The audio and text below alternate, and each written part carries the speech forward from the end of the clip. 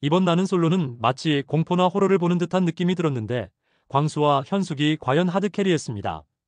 현숙의 경우 첫인상과 다르게 마지막에는 술 먹고 광수 앞에서 애교를 부리지 않나, 광수를 들뜨게 하기 싫다면서 광수를 선택하질 않나. 도통 그녀의 마음이 어디로 향하는지 알 수가 없어서 보고 있는 시청자까지도 물음표가 띄워지게 만들었죠. 현숙은 정말 광수에게 마음이 있는 걸까요? 저도 많은 분들이 현숙에 대해서 기괴하다, 부자연스럽다, 가식적이다라는 의견에 동의가 되면서도 한편으로는 그녀가 왜 그럴까? 정말 광수에 대한 마음이 일도 없는 걸까? 라는 질문을 던지게 되었습니다. 과연 마음이 일도 없다면 그렇게 선택할 수 있었을까? 현숙이 아무리 이미지 관리를 한다고 해도 본인이 보기도 괴롭고 힘든 사람을 선택해서 굳이 앞에 두고 밥을 먹고 차를 마시고 하진 않을 것 같거든요. 현숙은 엄청난 회피형 인간인 듯하지만 그렇다고 해서 광수가 전혀 꼴 보기 싫거나 완전히 마음이 없다면 어이없는 이유를 들면서라도 선택하는 행위는 하지 못했을 것 같습니다. 그렇다면 현숙은 광수의 어떤 점을 보고 선택할 수 있었을까요? 아마도 현숙은 본인의 현실적인 상황을 고려했을 겁니다. 87년생으로 빼박 30 후반이 되었고 광수의 재력을 무시할 수 없었을 겁니다. 이 나이에 본인에게 저렇게 헌신하는 남자를 어디 가서 만나겠나라는 생각을 했을 수도 있겠죠. 아마도 현실적인 이유가 가장 컸을 거고 여기 솔로나라에서 나가면 광수가 명품백이나 선물을 하면서 본인에게 어필할 것도 예상이 되기 때문에 쉽사리 그를 거부하지 못했을 겁니다. 그리고 현숙이 광수와 처음 데이트했을 때만 해도 밖에서 만났다면 애프터 만남은 없었을 거라며 선을 그었지만 솔로나라 특성상 계속 같은 공간에서 시간을 보내야 하기에 그렇게 시간을 보내면서 광수에게 이래저래 감겼을 수 있다고 생각합니다. 그리고 두 번째로는 본인이 영호에게 마음을 표현했지만 영호로부터 그 어떤 피드백도 오지 않았기에 자기 파괴적인 선택을 했다고도 보입니다.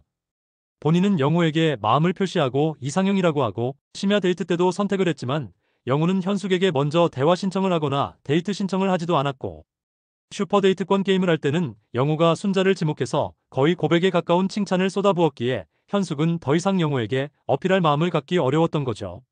현숙은 그런 의미에서 이제 더 이상 영호를 선택할 수 없었을 거고 본인을 엄청나게 좋아해주고 마음 표현을 해주는 광수에게 그냥 스리슬쩍 마음을 줘볼까 생각을 한 것 같습니다.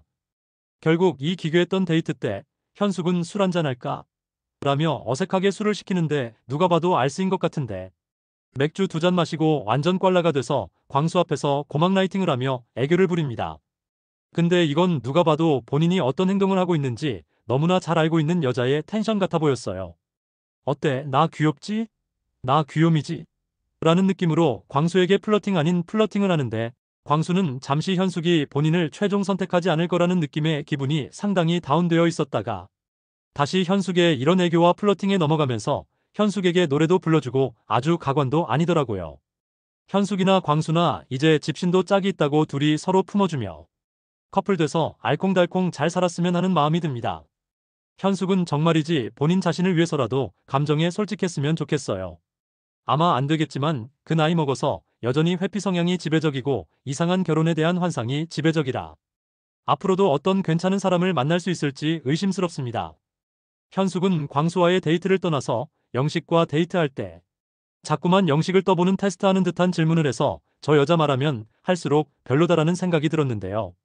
영식에게 결혼에 대한 로망이 있냐고 물어보고 본인은 결혼식을 화려하게 하고 싶다는 식으로 말하죠.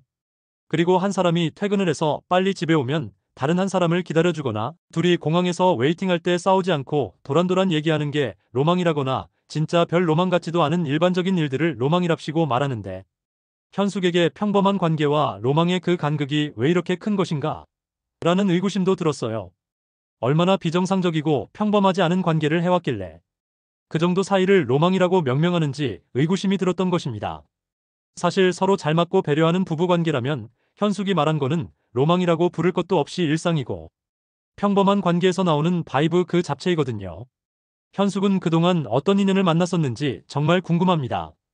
현숙님이 정말 본인에게 맞는 사람을 만나려면 본인의 욕망과 감정에 더욱 솔직해져야 할 것 같아요. 그렇지 않으면 계속해서 자신의 욕망 뒤에 숨어서 원치 않는 결정을 하고 후회하고 또 도망하고 회피하고 이런 일이 반복될 겁니다. 선택하지 않으면 계속해서 회피밖에 할 게 없겠죠. 그곳에 낙원이 있을까요? 현숙님이 정말 스스로 행복하기 위해서 자신에게 솔직하고 행복한 결정을 하길 진심으로 바라봅니다.